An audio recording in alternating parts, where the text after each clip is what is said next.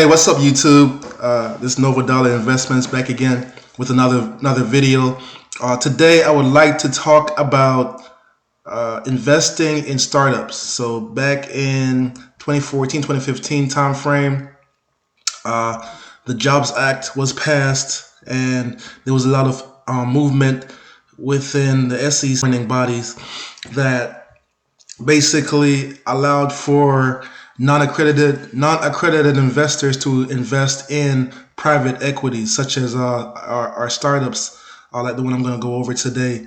So basically, I'm going to talk about how I lost money and the dangers of investing in startup companies and so on. So without further ado, here we go. So prior to 2015, you were not able to legally invest in private equities. Most of those investments, or mostly all of those investments, were accredited investors. And as you all know, accredited investors are folks who meet a certain criteria to be able to invest in these securities. And how the SEC governs that is they hold the companies who are offering these investment opportunities accountable, as far as policing them, quote unquote, to verify members who are wanting to participate in their investments. So soon, right after that happened, there are a ton of companies that came online offering those type of investments, and one of those companies is called Micro Ventures. As you can see here, Micro Ventures is a company just like Seed Investment, which was bought out by Startup Engine and a few others that offer investment opportunities to the general population. Let's see here. Let me show you what it looks like. Here's Micro Ventures. It was founded in 2009. It's a platform that gives both accredited and non-accredited investors access to invest in startups. And trust me, they've been behind. They've been involved in tons of startups. Some have been acquired. Some have been successful. Some have failed. Here are some of the startup opportunities that they've offered in the past. Slack being one of the more popular ones, as well as Airbnb, Uber, Lyft, and a few more that has gone through them. Here's their full portfolio. So if you had knowledge or had the opportunity back then, or the wherewithal to invest in any of these companies, you could have been on the right side of history, and could have been successful in investing in startups as a non-accredited investor during those times. So we just wanted to show you briefly of what some of their portfolio, some of their past success portfolio. Bolt is a major one that's used in a lot of Asian countries, and so on and so forth. But so basically, what I'm going to talk about is one of the companies that I invested in, and what it was, what the experience was like, and basically how that investment turned out in the end. So if you take a look here, you'll see that the company's name was Fandever. I invested about $5,000 into that. And before I go any further, remember, this is not financial advice. I'm not a financial advisor, and I'm not here to tell you what you should or should not invest in. I'm just giving you my journey and telling you my story as far as investments that I myself has participated in. So remember, so keep that in mind. Keep that in mind as we go forward. So, yep, 2016, I invested about $5,000 in this company. Company's called Fandever. Basically, what that company did was it curated. Basically, helps individuals not only book tickets to sporting events, but a total experience. So we're talking about hotels. Maybe they'll offer like packages that allows you to meet the players. That allows you to meet the players and different things. So basically, you're having like a booking.com type situation, just basically focused on sports, on sporting events. And some of the founders or early founders within this company was was the team that also founded Zappos. You know, Zappos, the popular shoe company. Those individuals, like the CEO Tom Heise and Dean, were involved in this startup. So as you can see, there are a lot of folks who see these investments as being lucrative, which they are if you're able to get in on the ground floor.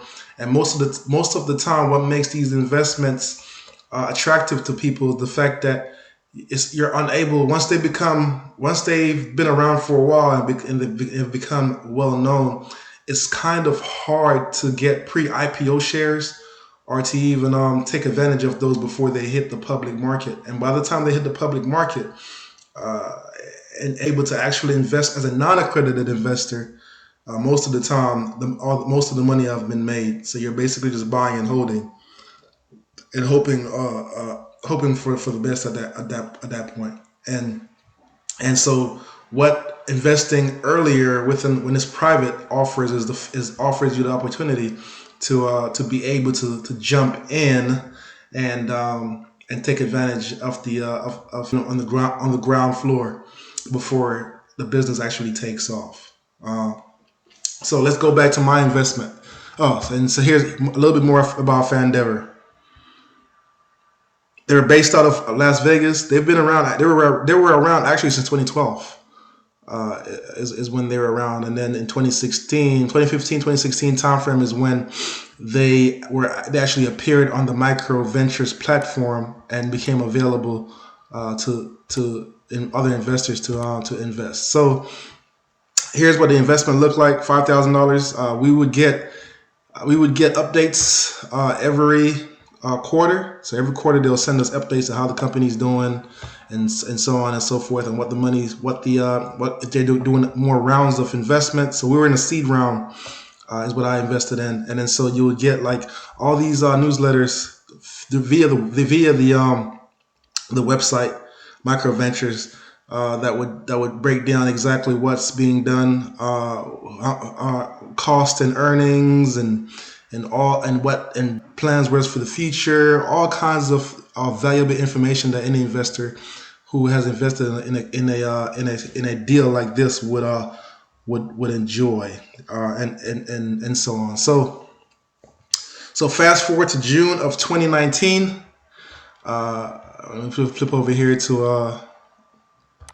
So June of 2019, in quarter two, we got the latest update that basically the company began to fail. Right, the company began to fail. That we could no longer, we're no longer able to operate, and basically all the funding that we put into the company was being lost. So the investment was considered a loss, or we weren't making any profit.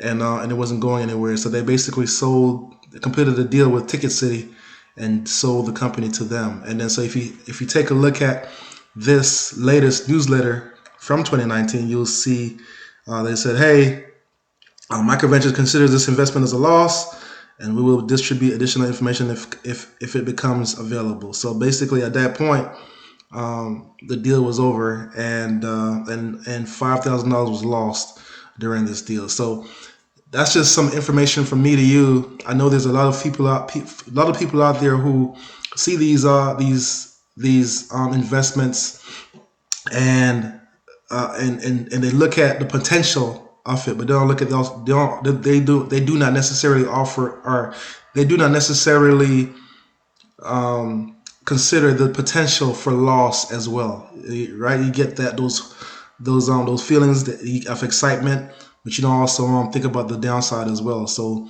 these companies, while they're available to everyone, non-accredited and accredited investors to invest in, just understand that things can go both ways. You might see a company that looks good, has potential to be great, and however, you have to take it upon yourself to do your due diligence to ensure that what you're investing in is something that you're actually believe in. And not just that, but the money that you're gonna part ways with to make sure that's something that you can afford to lose. Because if you go in and invest in your your child's college tuition, or or investing your entire life savings, and then something like this happens to you, you're gonna be in a world of hurt. So use me as a memory when you're considering investing in these risky investments. So until next time, thanks for tuning in,